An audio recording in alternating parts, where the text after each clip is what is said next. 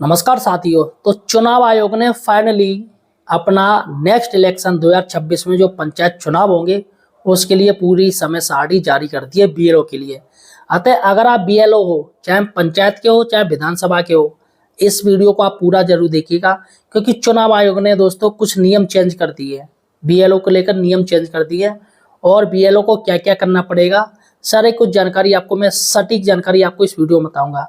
दोस्तों हमारे चैनल पे आप शिक्षक से रिलेटेड, आप शिक्षक हो चाहे किसी भी डिपार्टमेंट में हो, सारी जानकारी आपको सही सटीक मिलेगी। आप पूरे यूट्यूब में दिखाइएगा, आपको कहीं जानकारी कोई नहीं मिलेगी। यहाँ पर शिक्षक की समस्याओं से रिलेटेड सही समाधान मिलता है।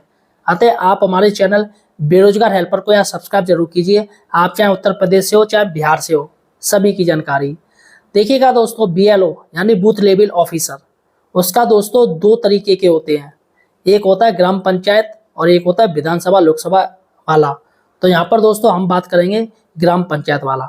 अब दोस्तों सुनने में आ रहा है कि हो सकता है कि ग्राम पंचायत का बीएलओ का काम ही खत्म हो जाए, ग्राम पंचायत बीएलओ का नाम ही हट जाए, क्योंकि दोस्तों सरकार अब विधानसभा वाला जो बीएलओ जो लिस्ट है, विधानसभा वाली जो लिस्ट है लोकसभा में इस्तेमाल होती है, उसी से दोस्तों पंचायत इलेक्शन करवा सकती है।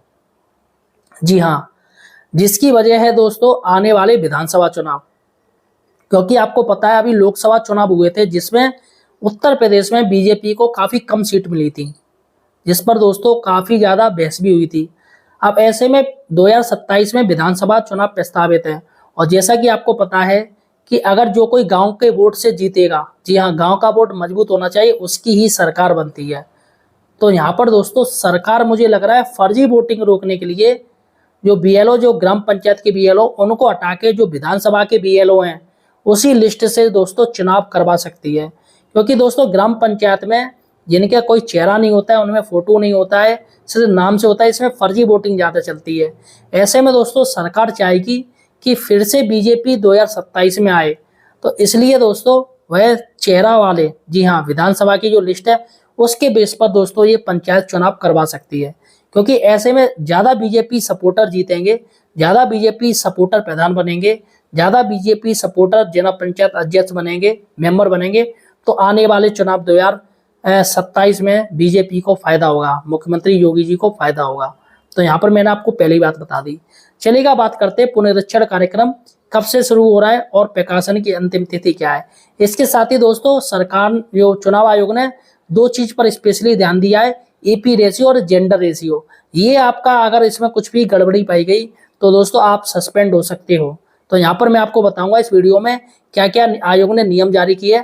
आते सही जानकारी के लिए पूरा वीडियो देखिएगा, बिल्कुल स्किप मत कीजिएगा, निकालिएगा मत, और हमारे चैनल को या सब्सक्राइब कीजिए, सपोर्ट कीजिए। देखिएगा दोस्तों बीएलओ का जो काम है वो 14 अगस्त से लेकर 29 सितंबर तक चलेगा पुनरीक्षण कार्यक्रम। इसमें दोस्तों बीएलओ फॉर्म 6, फॉर्म 7 और फॉर्म 8 यानी वोट बनाएंगे, वोट काटेंगे और संशोधन करेंगे। किसी का वोट बना नहीं है तो उनका वोट बनाएंगे।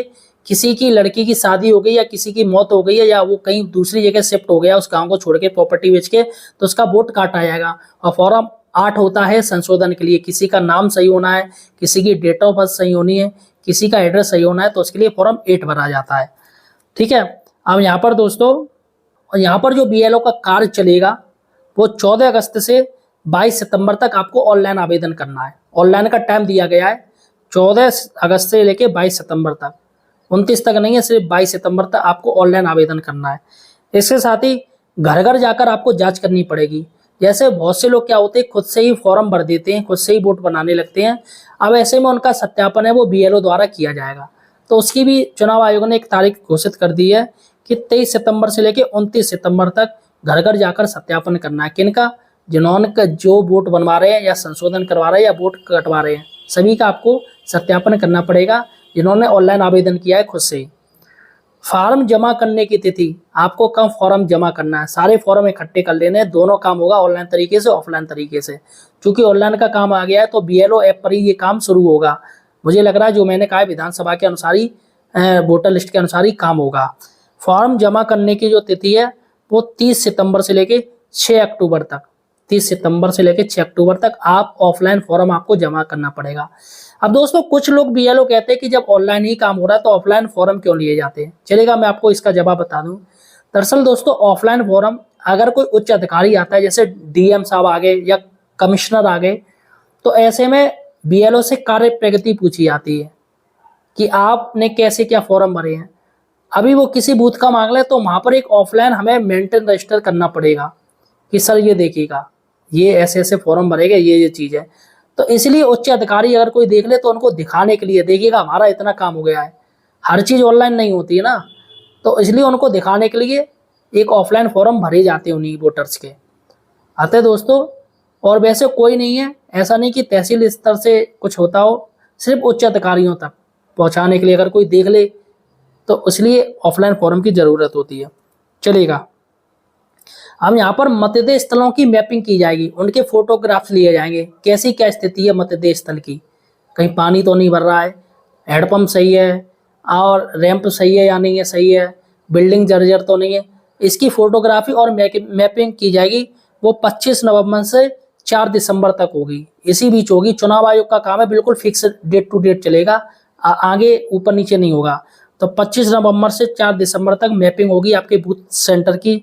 और गांव वालों को जो प्रकाशन आपको करना है, जैसे लिस्ट बन जाएगी, लिस्ट 2 बनती हैं, जो अंतिम प्रकाशन जो फाइनल लिस्ट होती है वो बाद में बनती है, लेकिन उससे पहले एक और लिस्ट बनाई जाती है, वही बिल्कुल आपको मिलेगी, डुप्लीकेट उसे हम बोलेंगे। इसमें आपको 5 दिसंबर को प्रकाशन करना है, गाँव में जाके गाँव वालों को बताना, ये देखिए आपके वोट बन गए, ये संशोधन होगा, ये कुछ हो गया। अब इसमें भी दोस्तों बहुत से आपत्ति दर्ज होंगी, अरे आपने उनका वोट क्यों काट दिया, उनका वोट नहीं काटना था, वो जिंदा हैं अभी, ये है वो है, वो गांव आ जाएंगे, उनका वोट नहीं। तो ऐसे आपत्तियां फिर से दर्ज की जाती हैं। और आपत्तियों का या दावों का जो टाइम रहेगा वो 6 दिसंबर से 12 दिसंबर तक रहेगा, यानी 6 दिन का टाइम मिलेगा दावों और आपत्तियों का निस्तारण का। उसके बाद प्रकाशन जो होगा, अंतिम फाइनल होगा, वो 15 जनवरी को हर हाल में वोटर लिस्ट प्रकाशन हो जाएगी। और जैसा कि दोस्तों मुझे लग रहा है इसके ठीक 15 दिन बाद ही या प्रकाशन के बाद ही चुनाव आयोग आचार संहिता घोषित कर देगा, यानी कि फरवरी में मुझे लग रहा है आचार संहिता घोषित हो जाएगी। अब ऐसे में जिन दोस्तों जो वोटर्स जो नए हैं, नए वोटर्स हैं जो 18 साल हैं, 1 जनवरी 2026 को अगर वो 18 साल के हो रहे हैं तो वो एडवांस में अपना वोट बनवा सकते हैं। जी हाँ, जो वोट बनाए जाएंगे वो 1 जनवरी 2026 की एज को लेके बनाए जाएंगे। अगर कोई 17.5 साल है और 1 जनवरी 2026 को वो 18 साल का पूरा हो रहा है तो उसका आपको वोट बनाना पड़ेगा। चलेगा, यहाँ पर ये मैंने आपको कार्यक्रम बता दिया। अब नए नियम की बात करते हैं। नए नियम क्या है? देखिए यार, नया नियम ये है कि पहले क्या होता था, आप बूथ पर बैठते थे, लेकिन अब डोर टू डोर आपको जाना पड़ेगा, आपको पूछना पड़ेगा आपका वोट बना या नहीं बना। कोई गाँव में नई बहू आई हो, शादी होके आई हो, तो वहाँ जाइएगा, उसकी मुँह दिखाई कीजिएगा, उसको पैसे दीजिएगा और उसका फौरन वोट बनाइएगा, ठीक है। और मुँह दिखाई तो सबसे पहले बीएलओ ही करते हैं, ठीक है। ये हो गया। दूसरी बात ये हो गया कि आंगनबाड़ी है आपके आसपास, आंगनबाड़ी से आप जानकारी लीजिए किसकी मौत हो गई है और किसके नए वोट बनना है। तो आंगनबाड़ी चूंकि गांव की होती है, यहाँ से गांव की होती है, वो आपको सारी बात बता देंगी, जिससे आपका समय बचेगा। और जो मेन बात है वो है जेंडर रेशियो को लेके। जेंडर रेशियो दोस्तों महिलाओं का कम नहीं होना चाहिए, चुनाव आयोग स्पेशली कहता है, क्योंकि महिलाओं को वो ज़्यादा से ज़्यादा चुनाव में लाना चाहता है। अब जेंडर रेशियो कम होने के लिए क्या तरीका है? देखिएगा, यहाँ पे मैं आपको 2 तरीके बता रहा हूँ। सबसे पहला तरीका है कि महिलाओं के आप वोट कम काटिएगा। जैसे कि अगर किसी की डेथ हो गई है तो उसका तो हटा दीजिएगा, हटा दीजिएगा। अगर किसी की शादी हो गई तो एक बार में उसका वोट काटने से बचिएगा, लेकिन अगर कोई कटवा रहा तो काट दीजिएगा। चुनाव आयोग कहता है अगर आपने एक महिला का वोट काटना है तो आपको 2 महिलाएं जोड़नी पड़ेंगी। ऐसा नहीं कि आपने एक काटा एक जोड़ लिया तो क्या रहा, जेंडर रेशियो कुछ हुआ ही नहीं। ऐसे में जेंडर रेशियो आपको बढ़ाना भी पड़ेगा। तो जेंडर रेशियो ऐसा ही होगा, एक महिला का आप वोट काटोगे तो 2 जोड़नी पड़ेंगी, 2 का काटोगे तो 4 जोड़नी पड़ेंगी। इसलिए महिलाओं का वोट काटने से बचिएगा। लेकिन अगर किसी की डेथ हो गई या कोई परिवार सही शिफ्ट हो गया, बाहर चला गया अपनी प्रॉपर्टी बेच के, तो आप उनका वोट काट सकते हो, जिसमें भी दोस्तों पड़ोसियों के साइन होते हैं। क्योंकि और खुद जाके चेक कीजिएगा कि हाँ ये वास्तव में ये फैमिली चली गई है। बहुत से लोग क्या करते हैं कि दुश्मनी की वजह से वोट कटवा देते हैं। तो ये पंचायत चुनाव है और काफ़ी रंजिश रहती है, अतः आप किसी पार्टी विशेष का प्रचार मत कीजिएगा, किसी के समर्थन में कोई बात मत कीजिएगा, वरना आप पर लाठियां चल सकती हैं।